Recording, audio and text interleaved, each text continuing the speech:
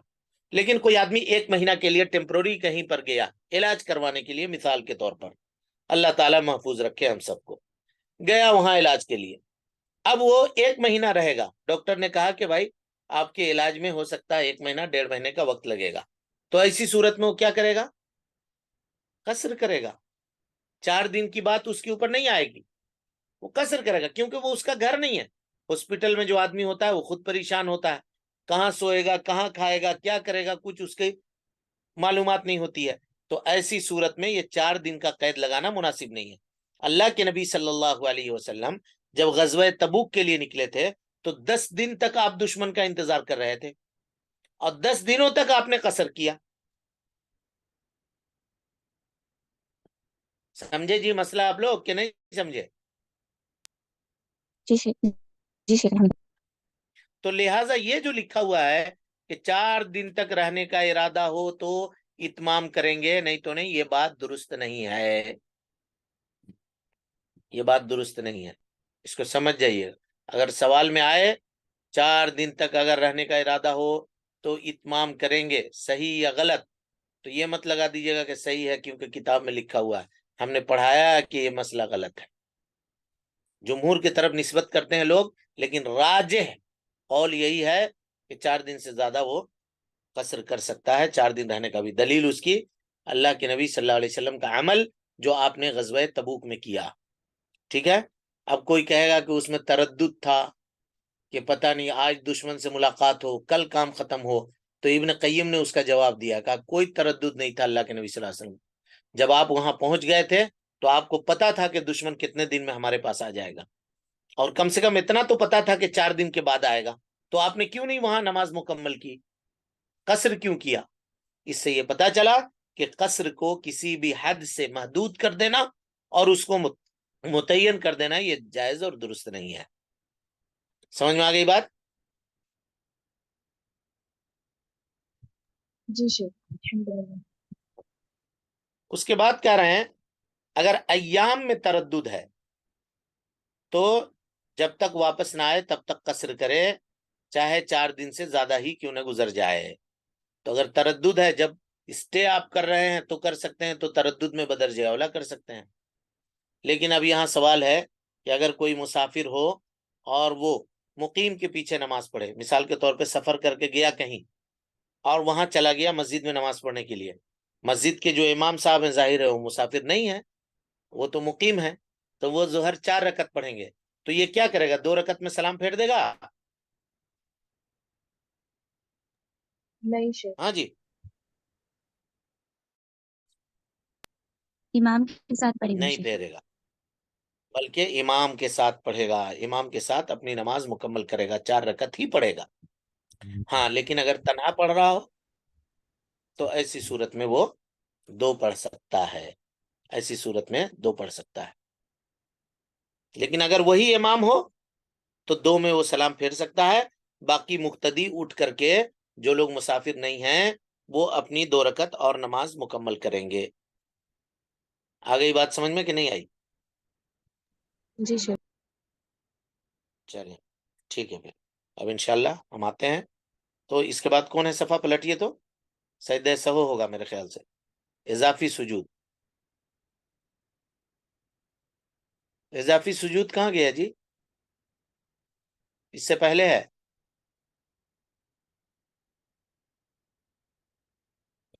ٹھیک ہے، اس کو رکھنا چاہیے تھا پہلے، بہرحال کوئی بات نہیں ہے، اس کے کچھ مسائل ہیں وہ ہم آ کر کے ابھی آپ کو بیان کریں گے، اور اس کے بعد استخارہ کی نماز پڑھیں گے انشاءاللہ۔ السلام علیکم۔ اب کریں کہ نماز میں غلطی کی تلافی کے لیے سلام سے قبل یا دونوں سلام کے بعد 2 سجدے کرنا واجب ہے۔ اب یہاں کسی غلطی کی تلافی، کس غلطی کی تلافی؟ اگر نماز میں کوئی آدمی رکن چھوڑ دے تو رکن کی تلافی سجدہ سہو سے کبھی بھی نہیں ہوگی۔ ایسی صورت میں وہ کیا کرے گا؟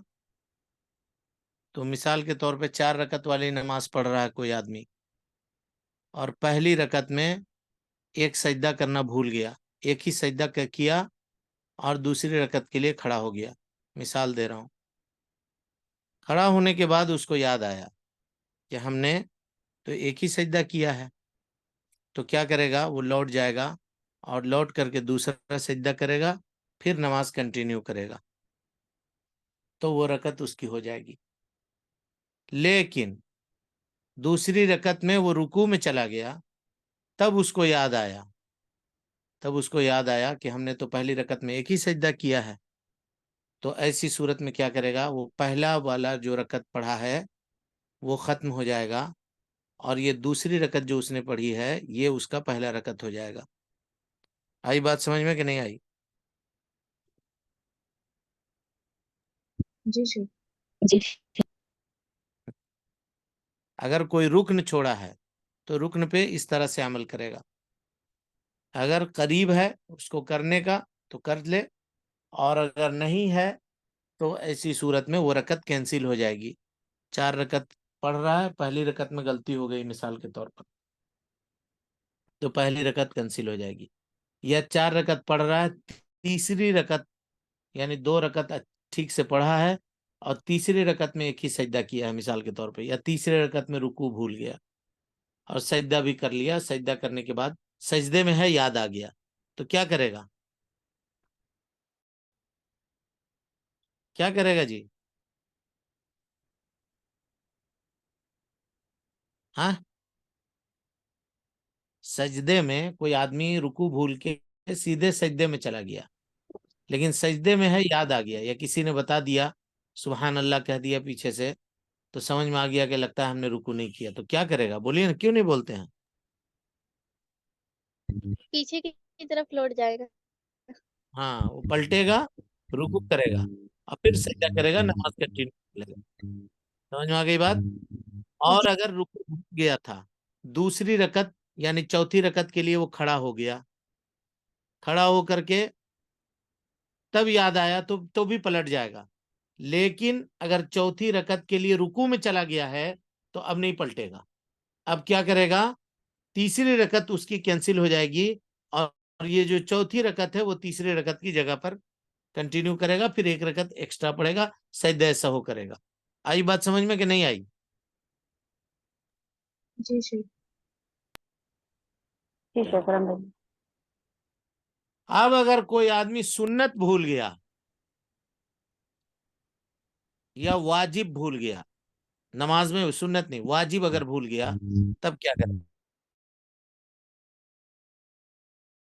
اولا بھول گیا، 4 رکعت کی نماز، دوسری رکعت میں اس کو تشہد میں بیٹھنا چاہیے تھا، وہ تیسری کے لیے کھڑے ہو، تو اب اس صورت میں کیا کرے گا؟ اسی طریقے سے کوئی آدمی ہاں اعلیٰ کہنا بھول گیا، کیا کرے گا؟ تو سجدہ، سمجھ میں آ گئی بات؟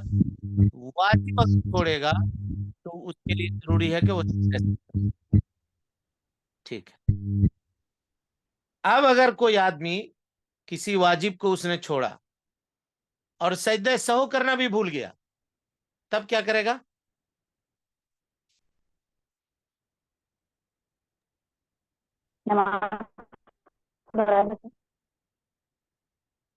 ہاں، استغفار کرے گا اور نماز دہرائے گا۔ نہیں، نہ تو استغفار کرے گا اور نہ نماز دہرائے گا، کیا کرے گا؟ دیکھیے، 2 سجدے۔ اگر مثال کے طور پہ نماز آپ پڑھے، کون لکھ رہا ہے اس کی نماز باطل؟ جی، اس کی نماز باطل نہیں ہوگی، سنیے مسئلہ سنیے۔ مثال کے طور پہ کوئی آدمی نماز پڑھا، نماز پڑھنے میں اس نے کوئی غلطی کر دی اور سجدہ سہو بھی بھول گیا، سلام پھیر دیا، ابھی بیٹھا ہی ہوا تھا مصلی میں کہ اس کو یاد آ گیا کہ ہم نے تو سجدہ سہو نہیں کیا ہے، فوراً پلٹے گا، 2 سجدہ سہو کرے گا، کام ختم۔ ہاں جی، میرا وائس کٹ رہا ہے؟ نہیں شیخ، اب کلیئر ہے۔ جن کے پاس کٹ رہا ہے وہاں پرابلم ہوگا، ہمارے پاس تو نیٹ ورک فل ہے۔ سمجھے بات کو؟ نہیں سمجھے؟ جی شیخ۔ اگر کوئی آدمی نماز میں غلطی کر گیا اور سجدہ سہو بھی بھول گیا، غلطی کون سی کیا؟ واجب چھوڑا، رکن چھوڑا، تو اس کا مسئلہ بتا چکے ہیں آپ کو۔ سجدہ سہو کرنا تھا لیکن سجدہ سہو بھی بھول گیا، اور بھولنے کے بعد اگر وہ مسجد ہی میں موجود ہے، ابھی قریب ہے، تھوڑے ہی دیر ہوا ہے نماز ختم کیے ہوئے، تو پلٹے گا مصلی کی طرف، دو سجدے کرے گا، بس کام ختم ہو گیا اس کا، اور کچھ کرنے کی ضرورت نہیں ہے۔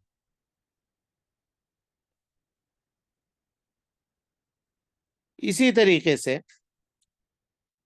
اب اگر بہت تاخیر ہو گئی، مثال کے طور پہ مسجد سے نکل گیا، گاڑی کے پاس پہنچ گیا، یا گھر چلا گیا، تب اس کو یاد آیا، تب کیا کرے گا؟ کچھ نہیں کرے گا، ہو گیا، بھول گیا تو کوئی حرج کی بات نہیں ہے۔ سمجھ میں آئی بات کہ نہیں آئی؟ جی شیخ۔ کس کو نہیں سمجھ میں آیا؟ کچھ لوگ لکھ رہے ہیں کہ مجھے سمجھ میں نہیں آیا، مجھے سمجھ میں نہیں آیا۔ کیوں سمجھ میں نہیں آیا؟ اتنا کون سا اس میں؟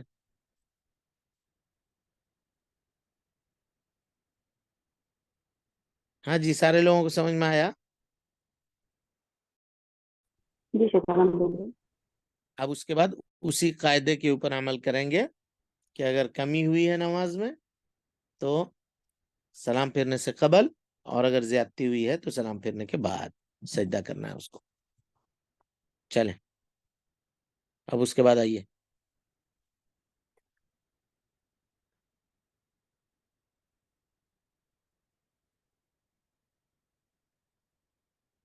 ہاں جی، میری بیچ میں آواز غائب ہو گئی ہے۔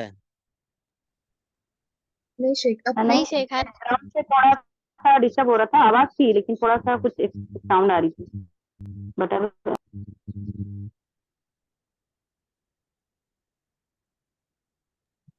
اب کلیئر ہے شیخ، الحمدللہ۔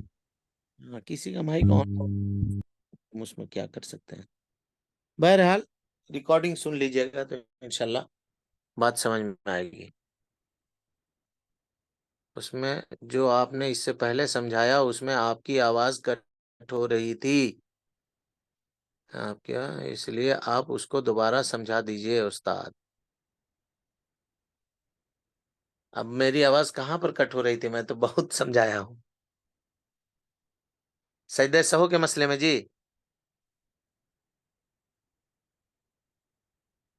سجدہ سہو، اگر نماز میں کوئی غلطی ہو جائے تو اس غلطی کی تلافی کرنے کے لیے، اس نقصان کو پورا کرنے کے لیے سجدہ سہو کرتے ہیں، چاہے نماز میں کمی ہو، چاہے نماز میں زیادتی ہو جائے۔ اب اگر نماز میں کمی ہوئی ہے مثال کے طور پر، تو رکن اگر کسی نے چھوڑا ہے، اب نماز کے ارکان کیا ہیں یہ یاد کرنا پڑے گا، تب جا کر کے بات ہوگی۔ اور اگر کسی نے جیسے سجدہ کرنا بھول گیا، رکوع کرنا بھول گیا، تو وہ رکن چھوڑا، اب رکن چھوڑا تو وہ کیا کرے گا؟ اگر قریب ہے تو واپس لوٹے گا، اور اگر بعید ہے یعنی دوسری رکعت کے لیے وہ چلا گیا رکوع میں، تو اب اس کو واپس نہیں پلٹنا ہے، وہ رکعت کینسل ہوگی، اور یہ رکعت جو پڑھ رہا ہے وہ اس کی جگہ آ جائے گی۔ اس کو سمجھا دیا ہے۔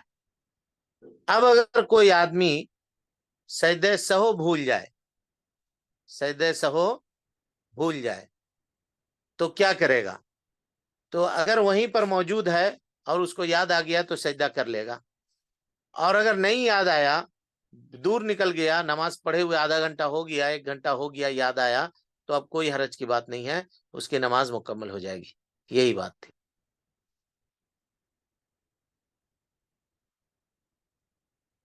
سجدہ سہو کیسے کریں؟ جیسے سجدہ کرتے ہیں ویسی کریں، اللہ اکبر کہہ کے سجدے میں جائیں، سبحان ربی الاعلیٰ پڑھیں اور اللہ اکبر کر کے سر اٹھائیں، وہ ہو گیا 2 مرتبہ۔ اگر سلام سے پہلے کیے ہیں تو سجدہ سہو کر کے سلام پھیر دینا ہے، اور اگر سلام کے بعد کیے ہیں تو سلام پھیرنے کی ضرورت نہیں ہے، کیونکہ نماز آپ کی مکمل ہو چکی ہے سلام پھیرنے سے۔ آئی بات سمجھ میں کہ نہیں آئی؟ چلیں، اس کے بعد کیا ہے، آئیے استخارہ کی نماز اس کو یہ کیجئے۔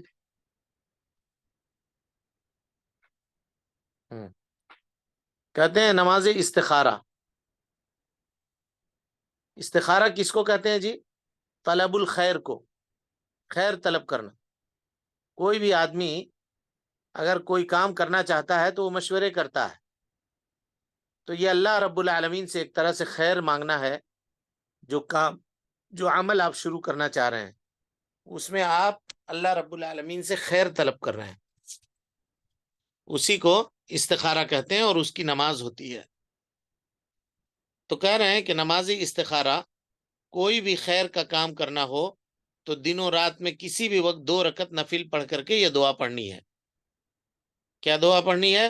اللہم انی استخیرک بعلمک واستقدرک بقدرتک واسألک من فضلک العظیم فإنک تقدر ولا اقدر وتعلم ولا اعلم وانت علام الغیوب اللہم ان کنت تعلم ان هذا الامر، یہ ان هذا الامر جو ہے نا یہاں پہ وہ نام لے گا، یعنی ان هذا الزواج، شادی کرنا چاہ رہا ہے تو شادی بولے گا، اور اگر دکانداری کرنا چاہ رہا ہے تو بولے گا ان هذا التجارہ، کوئی اور کام کرنا چاہ رہا ہے تو وہ کہے گا، ہے نا، یہ کہے گا کہ اللہم ان کنت تعلم ان هذه التجارہ خیر لی فی دینی ومعاشی وعاقبت امری فاقدره لی ویسره لی ثم بارک لی فیہ، ثم بارک لی فیہ۔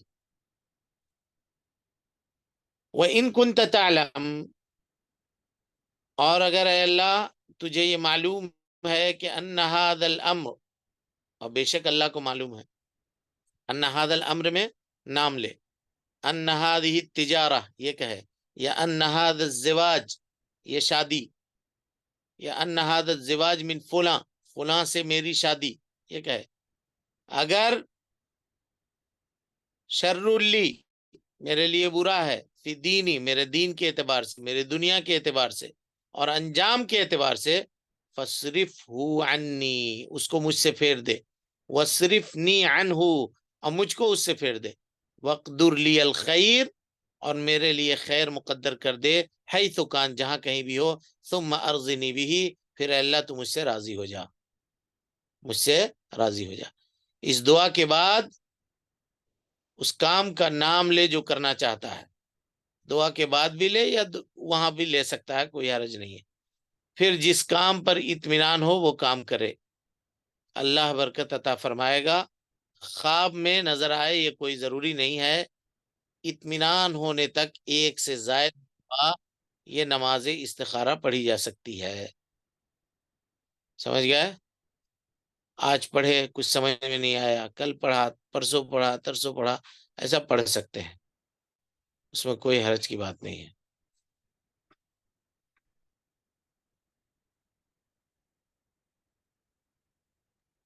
جی شکریہ۔ ترجمہ اس کا دیکھ لیں، اللہم انی استخیرک بعلمک، اے اللہ رب العالمین میں تیرے علم سے خیر طلب کرتا ہوں، وَأَسْتَقْدِرُكَ مدد طلب کرتا ہوں تیری قدرت کے ذریعے سے، وَأَسْأَلُكَ مِن فَضْلِكَ الْعَظِيمِ اور تیرے عظیم فضل سے تجھ سے سوال کرتا ہوں، فَإِنَّكَ تَقْدِرُ وَلَا أَقْدِرُ اے اللہ تو قادر ہے میں قادر نہیں ہوں، تو جانتا ہے، وَتَعْلَمُ وَلَا أَعْلَمُ تو جانتا ہے میں نہیں جانتا ہوں، وَأَنْتَ عَلَّامُ الْغُیُوبِ تو غیب کی چیزوں کو جانتا ہے۔ اللہم ان کنت تعلم اے اللہ رب العالمین اگر تو جانتا ہے، یا ترجمہ کریں گے بے شک تو جانتا ہے، ان هذا الامر خیر لی اگر اس معاملے میں میرے لیے خیر ہے، فی دینی میرے دین کے اعتبار سے، ومعاشی میرے دنیا کے اعتبار سے، وعاقبت امری اور میرے انجام کے اعتبار سے، فقدرہ لی، اس کام کو میرے لیے آسان کر دے، میرے مقدر میں یہ کام کر دے، ویسرہ لی، اور اس کام کو میرے لیے آسان کر دے، ثم بارک لی فی، پھر اس میں برکت دے میرے لیے، وَإِن كُنْتَ تَعْلَمُ، اور اگر تو یہ جانتا ہے ان هذا الامر، کہ یہ کام شر لی، میرے لیے برا ہے، فی دینی، میرے دین کے اعتبار سے، و معاشی، میرے دنیا کے اعتبار سے، اور انجام کے اعتبار سے، تو فصرفہ عنی، اس کو مجھ سے پھیر دے، مجھ کو اس کام سے پھیر دے، اور میرے لیے وہی مقدر فرما جس میں خیر ہو جہاں کہیں بھی ہو، ثم ارضنی بھی، پھر ہم سے راضی ہو جا۔ تو انسان کو چاہیے کہ کوئی بھی کام اگر کرنا چاہ رہا ہو، چاہے شادی بیاہ کا معاملہ ہو، کوئی بزنس تجارت کا معاملہ ہو، رشتے کا معاملہ ہو، کوئی بھی معاملہ ہو خیر کا کرنا چاہ رہا ہے، تو وہ یہ استخارہ کی نماز پڑھے اور اللہ سے دعا کرے، انشاءاللہ اللہ رب العالمین جو اس کے لیے خیر ہوگا وہ اس کے مقدر کر دے گا، اور اس کے لیے اس تک پہنچنا آسان کر دے گا۔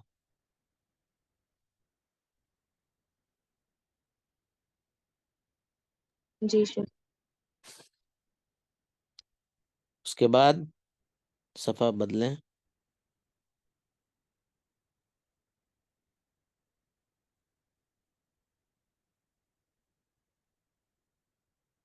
چاشت کی نماز۔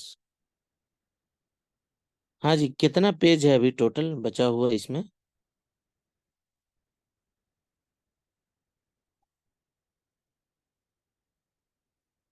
ٹوٹل 51 ہے شیخ۔ جی، ٹوٹل 51 پیج ہے۔ جی شیخ۔ جی شیخ، تقریباً 15 پیج باقی ہے۔ ہیں 15 پیج؟ جی چلیں اچھا، ٹھیک ہے، چلیں پھر، السلام علیکم ورحمۃ اللہ وبرکاتہ۔